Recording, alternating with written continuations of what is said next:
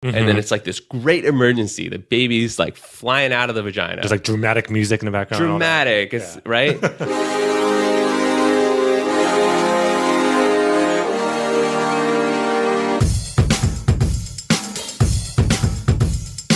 Hello and welcome to Mr. Husband, the podcast where we talk about a host of manly issues from a husband's perspective. My name is Gabe. And this is Will. Ooh, I'm excited to be back, Will. We got another one for you guys this week. Yeah, and if you're new to this podcast, we're just two husbands of. I've been married for 2 years. Will has been married for coming up on a year almost, actually. Yeah, and so we're not experts, but we want to do a podcast for the modern day husband, or about life as a modern day husband. But we have a lot of female and male listeners. Yeah, and really, for those of you who are new to this show, it's really just about us sharing our experiences as husbands, things that we learned, things that we have frustrations about, things that we just want to get off our chests. And potentially maybe there's some advice or tips in there that we can share with you guys. So that's what this is about. Or humor. Yeah. I do feel like this podcast is at least 50% entertainment. I think it's because we can't be 100% substance. We literally don't know enough. Yeah. We're not experts in anything, really. Maybe when we're both bald and 80 years old, it could be all substance. But until then, got to pepper in some entertainment, man. Yeah. All right. So speaking of entertainment, on today's episode, we're going to do a bit of a throwback to the variety shows that we used to do a couple episodes ago. We don't have a long attention span, so let's do 5-minute topics. Yeah, so we're going to go through a number of things. So right off the bat, we're going to talk about baby names. We're going to get into a little bit of updates. Oh yeah, we're gonna share real baby names I'm thinking about, and maybe on this podcast we're going to decide. We're going to decide without the name of my child. child. That's dicey, man, but I like it. She supports it. So we're going to talk a little bit about baby names. We're going to get a little bit of just update from you, just in terms of what's the latest and greatest as far as the pregnancy, how that's coming along. I know that there was a recent visitation to the hospital, and I'm super keen to learn about what that was like for you guys. The baby is coming in T-2 months, so we're getting prepared. That's right. Damn, right around the corner. Time flies. So we're going to talk a little bit about that. We're going to talk a little bit about, while we're on the subject of pregnancy and the baby coming right around the corner, this notion of enjoying the last few weeks, or I guess in your case, maybe the last 2 months. Yep. And how do we process that? What can we, as a community of Mr. Husband listeners and myself, do to really make you enjoy the last few moments of freedom that you have left? I need help. And then we'll cover off just a little bit of some husband rants that both Gabe and I have. And we'll do something that we haven't done in a little while, which is just share a bit of podcast updates. Yeah, people love the behind the scenes about the growth of this world-changing podcast. Yeah, we're going to peel back the curtain. When I was talking about that, I was going to say the expression, let's show them a little peek behind the kimono. Oh. And I've that expression, for those who may not be familiar with it, is this idea of sort of that behind the scenes, right? Share with people something that they might otherwise not know. But I remember there have been a number of occasions where on TV or on radio, people will make that statement. And I was there with Christine, and she'd be super offended by it. How about maybe we shouldn't refer to that. We'll peel back the kilt. I like that. So we'll peel back the kilts on the podcast and give you some updates there. Yeah. Little known fact, Will and I record the entire podcast wearing quilts. It makes us feel very manly. Indeed. Tell me about your weekend, Will, before we get into anything. All right. So real quickly, Chris and I took a nice little weekend trip up to Sequoia National Park. Ooh. And I was going to come with you. I was going to say, you and Vera, you guys had... I booked this stuff months in advance, and it's one of those things, at least here in California, if you want a nice campsite, you got to book this site at least 3-4 months in advance. So we booked it. I told Gabe and Vera, in addition to some other people, you guys are all welcome to come. But we missed you guys. Yeah. It would have been fun. But it was fun. I have a pregnant wife who is a little totally understandable. Yeah, throwing her under the bus. I could have come. Yeah, you could have come. There's plenty of space there. But it was great. It was, it's one of those things where it was just nice to sort of break away from the city living and just the chaos of the city. And in addition to that, there was something actually really nice. It kind of worked out that no one else came with us because we had invited all these other people, and certain individuals showed interest. For whatever reason, it didn't quite work out. But it turned out really great. That was just Christine and myself. One, because she had never gone camping, so it was nice to kind of be in that intimate setting where it was just me and her, and we can sort of share this new experience with her. And in addition, we have been talking about obviously planning for a baby. Whoa. Trying for a baby, at some point down the road here. And just to be able to like have that moment of camping just where it's just me and her for the time being was also sort of a nice little touch. Because we were surrounded by other campers who are like little kids, like babies, right? Little toddlers, little kids running around. And like that seemed like fun as well, but just in a different way. And so it's nice before we get to that point to be able to have a moment where it's just like the two of us. That's cool. That sounds like a good, fruitful vacation. I didn't get out at all, but I did change the wallpaper on my computer. So like, Nice. it's like it's like of Marin County, some sort of outdoorsy thing. So it feels like, It feels like maybe you went I went outdoors. camping too. What prompted the inspiration to change the wallpaper? In light of our decluttering episode, check it out. It was the most recent one. Before this, I was digitally decluttering, Nice. and then I thought, hey, let's renovate this desktop, put a little new wallpaper up. Well, what would you say is like the average pace of wallpaper change for you? Like, Check it out here. oh yeah, that's fantastic. It's beautiful. Is it? Did you take that shot? You know what? I'm going to post it on our Facebook page, which should. is the Mr. Husband. Yeah, we'll post it up there. That's actually a really nice shot. Did you take that yourself? Or? No, I didn't take that. I stole it from Reddit. Okay, fantastic. But yeah, I don't know. I just I need to switch it up. I probably do it once every 6 months. I should do it more often, but I should do it too, actually. yeah. It's actually funny. You have one of like Marin, which is also very outdoors. I have one of apparently like Yosemite Valley. That looks like a standard Apple one. Yeah, get this is one of creative, their Will. stock. Do a little research. Their stock imagery for screen background images here. But I guess one thing I did go. We're getting out a little bit. We're like going. We went to Porto's, which is a bakery in Los Angeles. Love it. And I'm noticing like whenever I go outside now, outside of the walls of my palace that I rarely leave, there are babies everywhere. Like I never saw these babies before, Will. But now I see them everywhere. You're just like fine tuned to it. I'm looking at like, oh, like how are they being held? Like what sort of transportation devices? What carts are they being rolled around in? Like I'm checking this out. Let me ask you, like when you're in those moments of observation, is it more of are you taking like mental notes of things you do or do not want to do for yourself? Or I guess the question is there like a little bit like judgment? Like, that couple or that baby. Yeah, there is They don't got it judgment. good. Okay, well, like we were in a long line at a bakery, and so this person brings in this giant stroller, which like one of those giant ones that I thought I was going to need, and I was like, why isn't she using like a baby carrier? This stroller is unwieldy. Right. How dare she?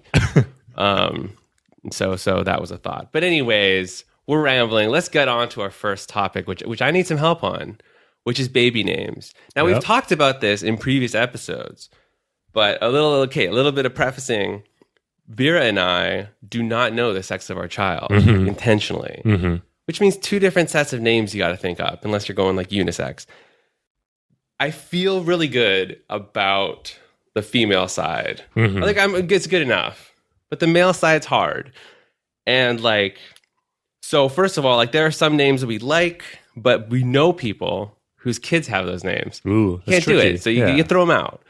Like I like Jack and Max, and I like Otis. Otis was a cool one, but no, can't do that. Do you guys have friends who have? Yeah, all right. those are all throw them out. Scratch that off the list. Right? I learned this. They're not my friends. But okay, so now we're talking boys' names. By the Okay. way, do Yeah, you, go in, ahead. your, in your like gut instincts, do you feel like it's a boy or do you feel like it might be a girl? See, this is a funny thing. For some reason, I'm stressing so much out about this boy's name because in my gut, I feel like it's a boy. I think it's gonna be a boy. All right. And I think that's just because I grew up with a brother. Okay. And maybe my bias is that I like want a boy because it's what's familiar. Sure. So like I really want to like, All right. I like But that. anyways, it's really stressful because I feel like people judge you on the names that you pick. Yeah.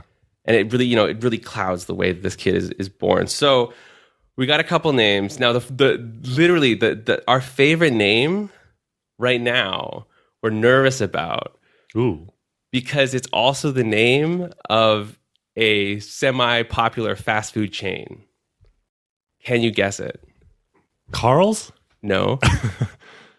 Semi popular fast Less food chain. popular, but they have ads and stuff. Popeyes? Nope. That'd be an awesome one. That'd be a fantastic name. I'm like nervous sharing this Popeye name. Hulbert. I give up. It's a sandwich place. Sandwich place. Arby's. Yes. Arby's. So, well, it wouldn't be no apostrophe. RB. RB. Now, I looked this up. There's like no one named that. Like literally in America, they're Sure. like in the most recent census, there was no one named RB because it is it's like technically the letter R and B, the owners or whatever, and then it became RB. And we thought of it because my dad's name starts with an R, and Vera's dad's name started with a B. Kind of mix it all together. Mix it up. But anyways, so that's some anxiety there because we're like, oh no, are people going to be like, you're naming this child after a fast food restaurant? What's up with that? But it's also unique. Oh yeah. I mean, it's nice. It does kind of like roll off the tongue a little bit, or it has like this very approachable. Like it's not like a harsh name, you know. And maybe that's a problem though, Trevor. because like RB, it sounds cute. It's a great kid's name. I was gonna say it does sound a little cute. But what happens when this kid gets older? Well, you got to give him a nickname. Okay. What So the middle name in that scenario, would be Vera's father's name, okay, which is Bong. Bong Hulbert. All right. You know what's funny? I actually have a friend who's not his first name, but his middle name is, or his sort of Korean name is Bong. Okay. Is he popular in He's very well liked. teenagers? He's very well liked. So sometimes I feel like people call him BK. BK. Bong Kim. But so anyways, that's where we're at. That's All where right. we're at. And we could go with an R name that isn't like the first name could be start with an R. Mm-hmm. Then we call him RB. Right. So anyways, that's where we're at. And then other names like in contention, like Wesley. We like Wesley. Uh-huh. We like kind of like Owen and kind of like Calvin. So anyways, those are all of like the latest solid names. So, you know, what if you did like a play on RB and you did like, you know, like there's a name Arden, Arbin. Just something to throw out there. I might give you that one. But you know, I mean, I like the fact that you guys are thinking like unique. Something different that like if this kid grows up, like no, he's not going to come across another kid named Arby. Yeah. Although after this he won't. episode, I don't know. You might have inspired some other couples. I told my brother this name and he couldn't stop laughing. So that's a little bit of apprehension, but it still could end up being the name. So that's that. I like it. Okay. Yeah, Arby's for the boy's name. Yeah. Now, have you had some of similar thoughts? Come to a similar consensus? Shortlisted a girl's name? So I feel like the girl's name is figured out, but I don't know if I should share it yet because there's no debate. I don't need any advice. Like what if our listeners steal this name? Okay. Although the name's like super popular. So we'll keep it close to your chest then. Yeah. Let not other people steal it. But all right, I like Arby. I can work with that. Okay. I can work with that. Okay. We do have to come up with the. I feel like you're going to tell me your real opinion like 2 days later. I thought about it some more. I'm gonna text you in the middle of the night. So Gabe, that name Arby. But here's the problem: every time a family member, like every time I have to introduce it, I'm like Arby, like the fast food restaurant, Right. and they'd be like Arby, I don't know. Well, we'll see what happens. I feel like Arby is fine. I think you just have to come up with an additional nickname. Like I know there's that middle name Bong, but like an actual nickname that you can like give this kid. Arby sounds like a nickname. It does. If you just have the initials love RB. nicknames. Filipinos love nicknames, and my wife is Filipino. We are spending too much time on this topic, though, so This is a big one. let's move on to the next one. All right. So this one I'm actually super curious about, and I actually think a lot of listeners out there who are expecting, guys who are planning to be dads, or even the moms or the wives. You told me you guys recently made a visit to the hospital and took a tour, right? Yeah, in preparation for the pregnancy and all that good stuff.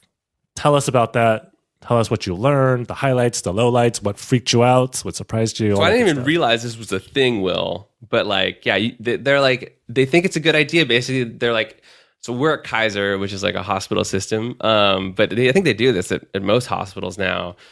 they want the couple to tour the hospital prior to the birth. And when they do the tour, they also kind of like enroll you in this little class, which kind of teaches you a little bit about that whole process. And I mean, okay, first impression, I was like pretty amazed. This is we have our own birthing room. I, for some reason, thought it was going to be like, kind of like there'd be curtains, but like, I'd be hearing other, but no, this thing is like a hotel room, man. It's got its own bathroom. It's got like a DVD player. It's nice. Like, it's nice, man. There's a couch for the husband. And is that the same room that after the procedure, like after the birth, you guys stay there, or you guys transported to a different room? Interesting you ask. So they switch you eventually to this other room, which is like slightly smaller and slightly less comfortable. So you give birth for, however long that takes. And then you're in the other room probably for about 1 to 2 days, assuming there's no complications. Sure. Or like you had a natural birth, not like a C-section. So, okay. So that was like the overall impression. I was like, whoa, this is like actually pretty nice. The wife gets free meals. I say free, but of course we're paying for all of this. Of course. The husband and wife share one meal together. And then we have, as husbands, have to go out and like get the meals at the cafeteria later. But yeah, so like when you do the tour, you do this class where they basically like, I think a big thing is like false alarms with the pregnancy. A lot of people come in, they're like, my wife's having contractions, she's ready to blow, and they're like, well, but are they sustained for 1 minute every 5 minutes? And they're like, no, and then they reject you. There's like, hold your horses there. Seriously, that seems to be the big trend because. What I realized was like in the movies, it's like the wife's water breaks where they're out like at the mall. And then it's like this great emergency. The baby's like flying out of the vagina. There's like dramatic music in the background. Dramatic, right? And it just seems like that is, normal pregnancies are just like a little slow and boring, at the start and then extremely painful. Right. Takes its time. So that was a big takeaway. And then they go through a rundown of like all of the, like the stuff that you should bring. So did they give you a checklist? They did. Okay. Which I don't have on me at the moment, but I'm going to make a little package basically of stuff. And so, you're just prepared for like to bring certain things, but a big thing is like not bringing too much stuff. Right. Sure. They got a lot of stuff there, but just be ready with a few little things. But then it's like, you're going to be there at the hospital for a while generally. So, they're like, bring movies, bring music, which made me think that like I should DJ the pregnancy and like have different scenarios, right? Like pushing music. So theme music for the pregnancy. Right. And like, like music for once the baby's born, like what's that first song? Yeah. I should just be at the DJ booth, just, It should be some sort of like party music. Yeah. Some sort of celebration. Maybe that song. Celebrate good time. You could start with like in the moment of labor, some sort of like dramatic movie soundtrack. Yeah. I recently watched a concert with John Williams. He has a great selection. Maybe I can hire him. Maybe we can actually hire him to conduct a full-on orchestra. What's the problem? You're only allowed like you, like the husband and 2 other people, or like a family member in the room at one time. Got it. So while you were taking first of all, how long is this tour? Is it just a couple hours? It's like only like an hour. Okay. But you're with other pregnant people. Okay. So there's like a great vibe of like pregnant women and like nervous husbands. It's really awesome. So it's like a group experience. And now, were you guys invited to come? Did you have to like reach out and schedule this thing? Our OB just recommended it. She's like, you should do this tour. So you guys had to like sort of set it up though yourselves. And I think this is the big thing with like what they kept on trying to communicate was like the value of preparation. And for first time parents, it seems like there's just so much anxiety. Right. And that is not good for giving birth. Right. You should be chill and prepared, calm as possible. Calm. And, especially as the husband, like our role is we don't want to feed into that anxiety. We want to quell it. Is that the word? Quell it. Yeah. Yeah. So this tour, do you feel like a good proportion of it spoke to husbands more than it did the wives? Because obviously, going through, they're giving you a tour of like where you'll be and like where the procedure will happen and all that. But it sounds like to some extent, the things that they were telling you and Vera, and I guess all the couples, is more this like psychological stuff about like being prepared, being calm, which I do feel like at least in my mind, the onus is really on the husband, right? Yeah, because you got to be responsible for things. And like the wife could be a mess. So it's like everything from like, here's where you park. There's like designated spots. Take this wheelchair. Go to this thing. It's all on me. Right. I can mess it up. And like I feel like the person who's giving this tour is like really like speaking to the husbands. Be like, gentlemen, pay attention. And I gotta say, like, just it seems like the quality of care for giving birth, I'm just like blown away. Like they just seem to really care. Unlike the usual type of thing where you're like waiting in line and they're not responsive and all that kind of stuff. Yeah. I think it's like the one instance where you get quality medical care no matter what is in giving birth. Yeah, very nice. And then they're also like, let's talk about advanced directives and like, here, pay us this check for like the delivery fee. So. Oh, by the way, please sign here to give us more money. Yeah, so there's all that too. Well, that's awesome. What about the did you get a chance to like meet the actual people who would like be involved in like caring for you guys, or I don't know how that works, but so the like staff they members. try to like we met some staff and stuff, but they try to preface it with the fact that like your doctor it probably won't actually deliver the baby. Mm-hmm. Like it probably will be a midwife. Mm-hmm. The doctors are always there, yada yada. But depending on the timing, so they're basically like lowering expectations, which I think is really good. And and they talk about things like medication. Like for instance, I think a lot of people they have. Like Vera and I are very low or on the spectrum of like how much we care about the perfection of our birth. I think we're pretty casual about it. Mm-hmm. But, they really try to preface like you want to have a birthing plan, but you also want to know that like be flexible if things change. Like I think Vera doesn't want the epidural, but there could come a time where she might decide like, I need it. Give it to me now. Yeah. And if not, I'll take it because it seems like a nice, powerful drug. Yeah. So there's that. Very cool. So I think, when the time is right for you, you should definitely do the tour. Yeah, something to look forward to. I like it. And it's free. It was free. They even had snacks, free. Will. They had water and Cheez-Its. Maybe Christine and I should just fake it and just go to one of these tours. Exactly. We'll put on some weight, Christine. We got to get some free water and Cheez-Its. We'll go to multiple tours just to get the free snacks. Yeah. Well, that's very exciting. And again, you guys are T-minus 2 months away, so I think it's very appropriate.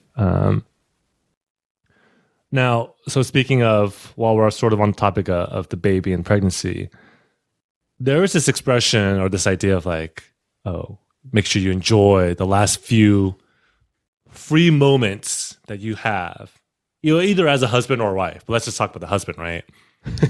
Because I have friends who are dads now, like, fairly recently, and I mentioned that Christine and I are starting to plan. We're going to start try, and so my friends have told me like, look, like make the most of this time, enjoy the quote unquote freedom that you have, because you won't have any of it. Your life will be over. Yeah, and I'm like, well, how am I supposed to like interpret that message? Like, what, am I supposed to like go off on like a 2-month world travel or something like that? Like, it doesn't hurt. It would hurt this podcast. Our listeners would have to get a fill in or something. You have to do a monologue session. I'll just talk. I'll just talk into the microphone and stare at myself in a mirror. But I don't know. I don't know if like that expression has come up for you. Like, if your friends or family members who have babies have said to you, "Hey, enjoy this time while you have it." Dude, everyone says this, like to a fault. No matter if they're like a hippie friend or if they're like some investment banker friend. They're like, no matter what, they're like, enjoy this time. Like, they always preface it with like, I love my kid, right? But enjoy this time. Your life will never be the same. and it's like, okay, I do kind of know this. But I also think it's one of those things where you only appreciate it once you have the child. Right. Like, it's literally impossible because everyone has like regrets they didn't do enough. Vera and I did do some traveling like last year. We went to Asia for like 2 months. Mm-hmm. But now we're kind of like, I booked a flight to Hawaii and tried all that. And then, and then Hilton canceled my points. I'm calling you out, Hilton. Come on, Hilton. Pull it together. They kind of screwed up. But anyways, so now I'm like, I don't know. I guess we could go away for the weekend. Go a little drive. Yeah. But well, what do you think Vera will be able to sort of stomach? I know obviously she's a little bigger now, and I think something relaxing. So I want something involving a pool.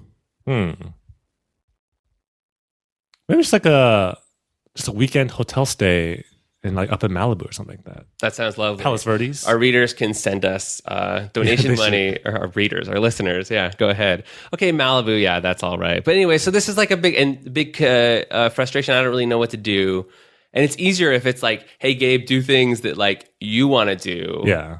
But it's harder where it's like, hey, do something with your wife. Right. I got more time on my hands. let's play like pretend imaginary fantasy world right now. Yeah. Like if you yourself had free reign, and we obviously you guys have like 2 months. Yeah. If someone said, Gabe, you have 2 months to do anything, what do you think like one thing might be that you feel like I need to get this out of the way? I need to do this. I think it would have to involve traveling. Yeah. I don't know. Where do you think you might go? I've never been to Australia. That'd be kind of cool. Yeah. Something active, probably. Yeah. Like a big active vacation. Right. What about you? I think travel's definitely up there. I think another part of it would be Drug use. Yeah, that's a big one. It's too late to try experimental drugs once your child is conceived, because like there's the possibility that your brain will forever be destroyed and you'll let your wife down. Yeah, you can't go down that road. Can't do that. I will say, I think beyond the traveling and experimenting with all sorts of drugs, if I had just like 2 months to do something, I don't know, something that like involves the creation, like some artistic venture. Oh. I don't know if it's like writing.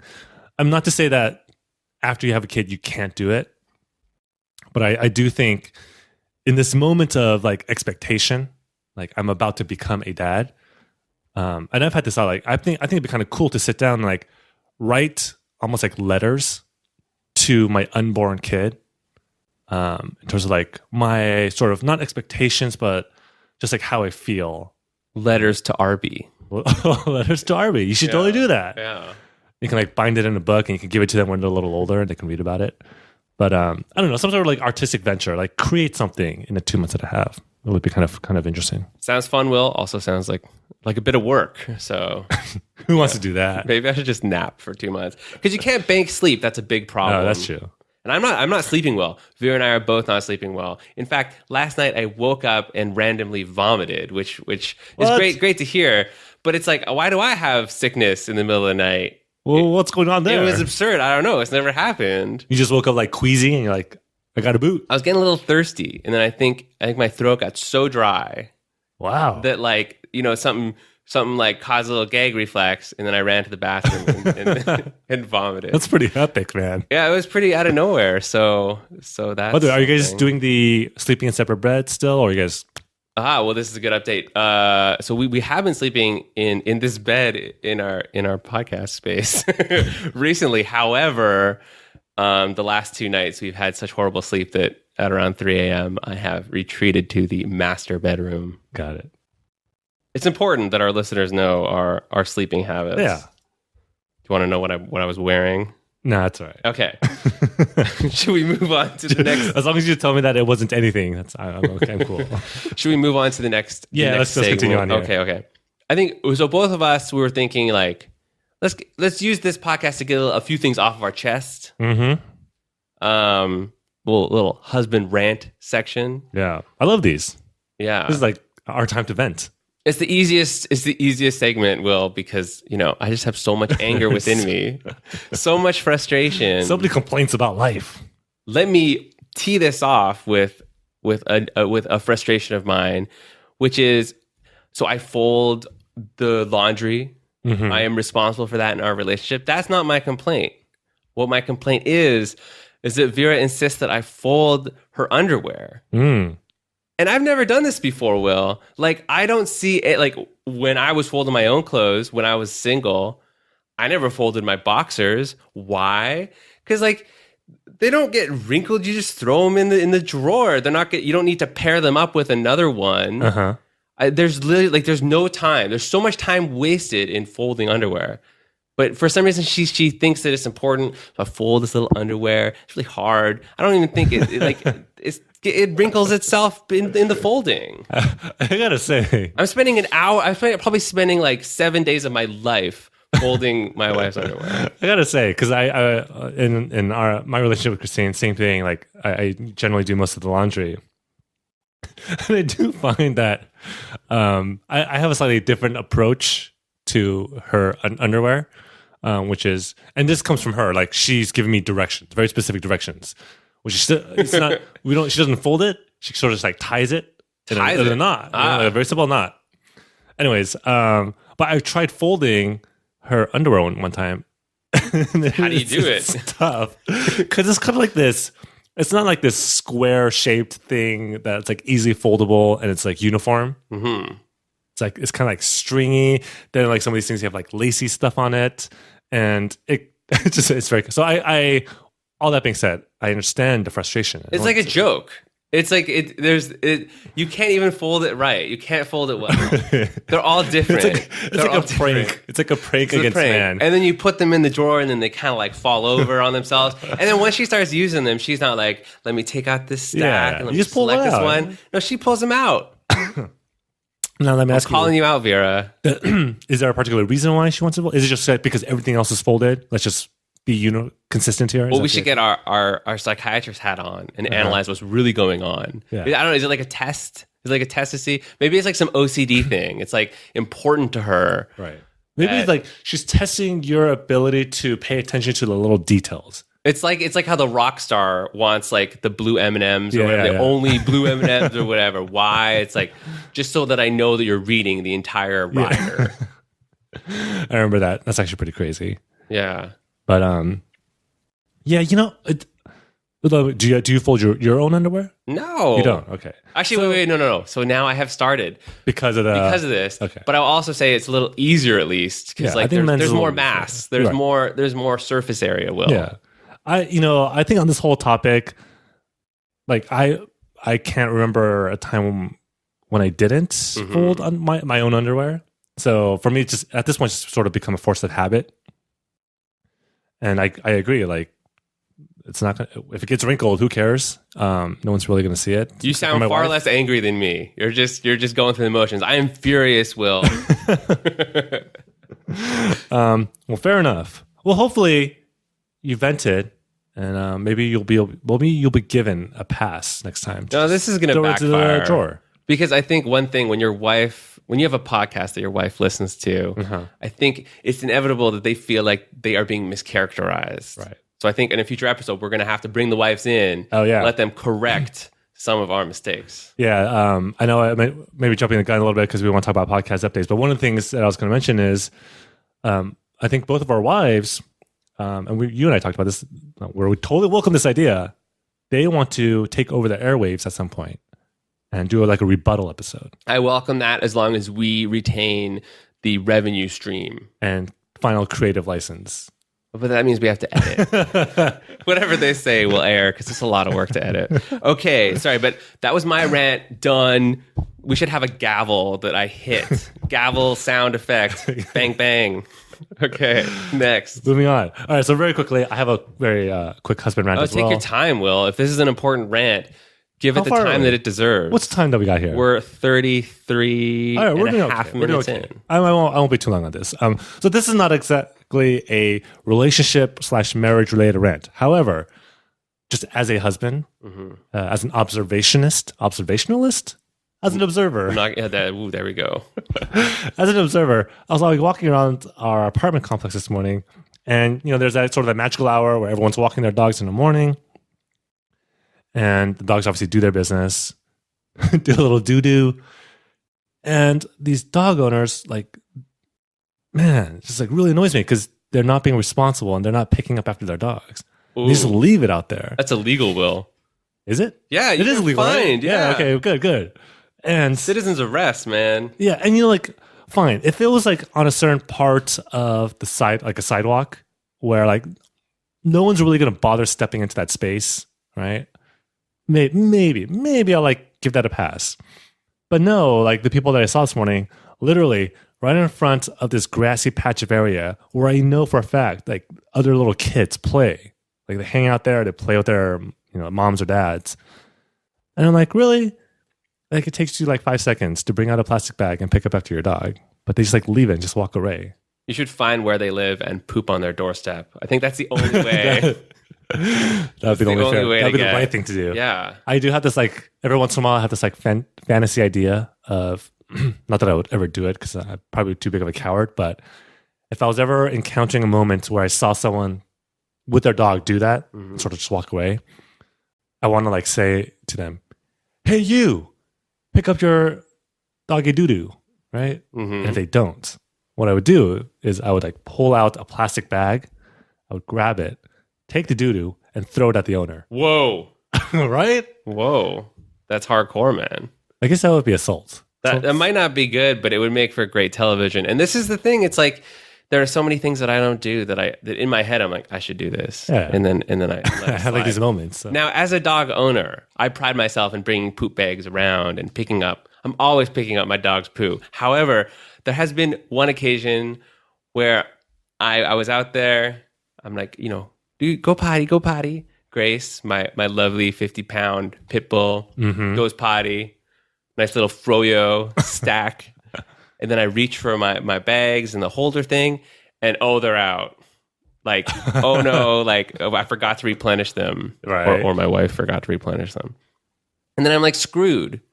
So in those cases, and I've been like 7 blocks away from my house. You're like, so I look around, and I make it clear, like with my body language, that like I am not okay with this. You're making an effort. Like I am coming back. Okay. Then I run with my dog, go get the poop, come back, retrieve the poop, put it in the garbage, and then see, we need people more like you right there. I think so. The world would be a better place if it was full of people identically like me. Who named their boys Arby. Yeah, there would be like really bad genetic diversity, and we'd have like, really horrible mental problems 3 generations down the line, but it would be cool. As far as picking a poo, that's what we do. That would be good. So anyways, that was my one rant. Really wish people would be more responsible with their doggies and pick up the poo. Yeah. But Vera saw someone with their dog and they pooed right in front of our house. Did they clean up? And I was like getting outraged, but like, just talking to her. I'm like, oh, look at this. Yeah. And she like confronted. The woman kept on walking because when people, they always know when their dog's pooing, but they pretend. They do this thing when they don't have the dog bag. Like they're, oh no, they look away. Suddenly, my phone, my something. They're looking away. But you always know when your dog's pooping. And are you saying that Vera like called them out? She ran down and like yelled down the street. Excuse me. And then like the woman pretended that she didn't realize.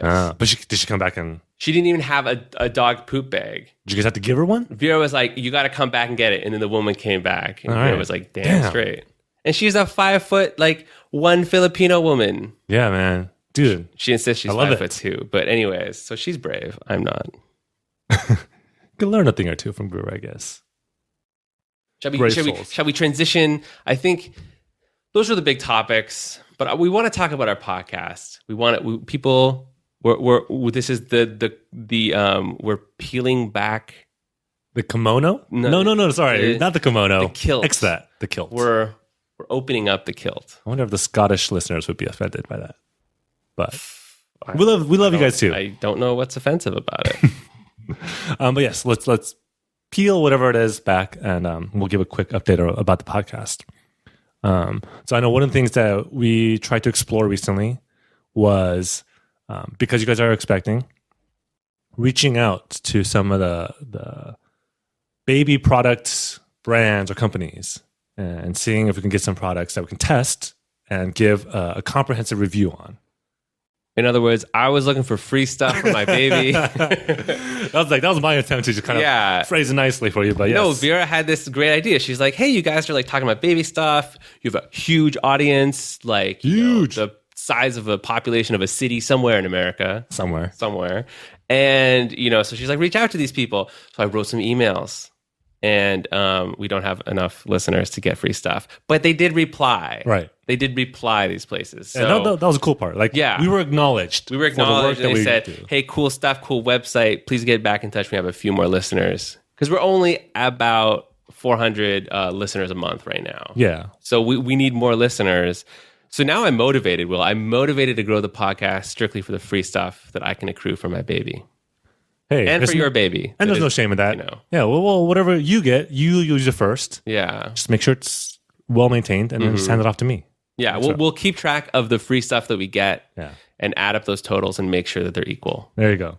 But no, I love this idea. And I think as a result of that, I think the next sort of like big phase for Mr. Husband is to really focus on that growth, right?